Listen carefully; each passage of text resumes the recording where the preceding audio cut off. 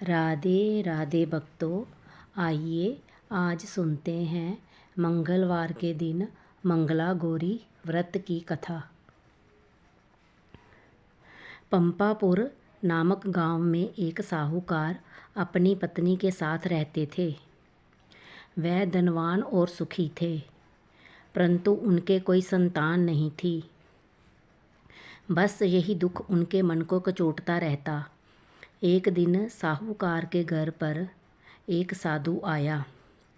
उनका खूब आदर सत्कार किया और अपनी व्यथा सुनाई। उन्होंने मंगलवार को पार्वती जी की पूजा करने तथा व्रत रखने को कहा।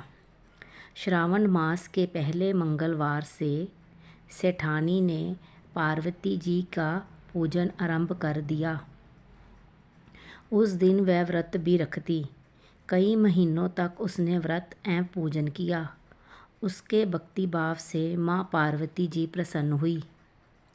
एक दिन साहूकार को स्वप्न आया कि जिस आम के वृक्ष के नीचे गणेश जी बैठे हों, उस आम के वृक्ष का फल तोड़कर तेरी पत्नी को खिला दे तो अवश्य ही पुत्र रत्न की प्राप्ति होगी।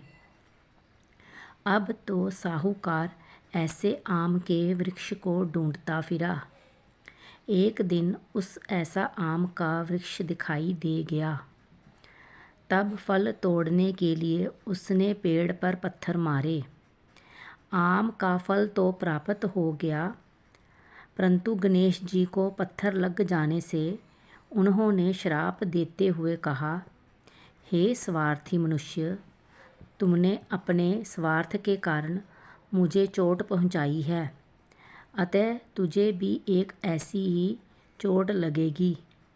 माँ पार्वती के आशीर्वाद से तुझे पुत्र रत्न की प्राप्ति तो होगी, परंतु वह सर्पदंश के कारण 21 वर्ष की आयु तक जीवित रहेगा। ऐसी वाणी सुनकर साहूकार घबरा गया। उस साहूकार ने आम का फल अपनी पत्नी को खिला दिया, परंतु गणेश जी के श्राप देने वाली बात नहीं बतलाई। 9 माह बाद एक सुंदर बालक का जन्म हुआ। उसका नाम मनु रखा गया। उन्होंने मनु के लाड प्यार में कोई कमी नहीं रखी। धीरे धीरे मनु 20 वर्ष का हो गया। वह अपने पिता के साथ व्यापार करने जाता। एक दिन व्यापार करके लौटते समय दोनों पिता पुत्र भोजन करने के निमित्त एक गांव के पास तालाब के किनारे पेड़ की छांव में बैठ गए और भोजन करने लगे। तदंतर उस गांव की 2 लड़कियां उस तालाब पर कपड़े धोने आई। वह लड़कियां नवयौवना की भांति हंसमुख, फुर्तीली एवं उच्च सभ्य घर की प्रतीत हो रही थी। कपड़े धोते समय वह आपस में वार्तालाप करती जाती। उनमें से कमला ने कहा, क्यों री मंगला, तुझे याद है मैं कब से मंगलवार को मंगला गौरी का व्रत करती हूँ। अब तो अगले मंगलवार व्रत का उद्यापन भी करूँगी। इस व्रत के करने से मुझे मेरे मन लायक पति मिलेगा और सुख चैन से रहूँगी। सो कहते हुए कमला ने आगे कहा, मंगला, तू भी अपने अगले साल श्रावण मास से पहले मंगलवार से व्रत करना चालू कर देना, तो तुझे भी मनपसंद वर मिलेगा। इस व्रत को करने से पति की आयु भी बढ़ती है। तब तो मंगला भी व्रत करने को राजी हो गई। पेड़ के नीचे भोजन करते समय वह दोनों पिता पुत्र उन लड़कियों की बातचीत सुन रहे थे। उन लड़कियों के वार्तालाप से सेठ जी ने समझ लिया कि कमला नाम की लड़की अपने पुत्र के विवाह के लिए सर्वथा उपयुक्त है। सेठ जी ने अपने पुत्र की मनोभावना जानने के लिए पुत्र से कई तरह की बातें कही। पुत्र भी अपने पिता के विचारों से सहमति प्रकट करता। अंततः सेठ जी ने अपने पुत्र का कमला के साथ विवाह करने का निश्चय कर लिया। और सोचा कि ऐसा होने पर मेरे पुत्र की आयु बढ़ सकती है और कोई अनहोनी घटना भी टल सकती है। अब पिता पुत्र कमला के पीछे पीछे उसके घर गए। कमला के पिता भी नामी साहूकार थे।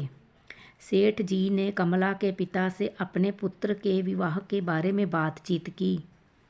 वह कमला का विवाह मनु के साथ करने को सहमत हो गए। शुभ मुहूर्त में बड़ी धूमधाम से उनका विवाह संपन्न हो गया। दोनों ने पति पत्नी के रूप में संसार चलाना शुरू किया तो घर में आनंद का वातावरण रहने लगा। कमला ने ससुराल में आकर भी मंगला गौरी का व्रत नियमानुसार चालू रखा, जिससे माता पार्वती एक दिन कमला को स्वप्न में दर्शन देकर कहने लगी, मैं तेरे व्रत से प्रसन्न हूँ, लेकिन तेरे पति की आयु बहुत कम है। अगले महीने मंगलवार को एक सर्प तेरे पति के प्राण लेने आएगा, लेकिन तू घबराना नहीं। सर्प के लिए एक प्याले में मीठा दूध रखना, उसके पास एक खाली मटकी रख देना। सांप दूध पीकर अपने अपने आप मटकी के अंदर बैठ जाएगा। अब तू जल्दी से उस मटकी का मुंह कपड़े से बांध देना और उसे जंगल में छोड़ आना। इससे तेरे पति के प्राण बच जाएंगे। अब मंगलवार का दिन आया। कमला ने किसी को कुछ नहीं बताया और माता पार्वती के कहे अनुसार सारा कार्य कर दिया। माँ पार्वती की कृपा से कमला के पति के प्राण बच गए। इस प्रकार व्रत के प्रभाव से मनु दोष मुक्त हो गया। जब घर लोगों की सारी घटना मालूम हुई तो सबने खुशी मनाई। अब तो चारों ओर कमला का गुणगान होने लगा। गांव की महिलाओं ने कमला से व्रत का विधि विधान पूछा और व्रत करने लगी। कमला ने भी अगले मंगलवार विधि विधान से मंगला गौरी का उद्यापन भव्य रूप से कराया। ब्राह्मणों को भोजन करा, यथेष्ट दक्षिणा देकर उनका आशीर्वाद लिया। अब तो चारों ओर राधे राधे कथा समाप्त हुई। कृपया मेरे चैनल को लाइक, शेयर, कमेंट और सब्सक्राइब करें।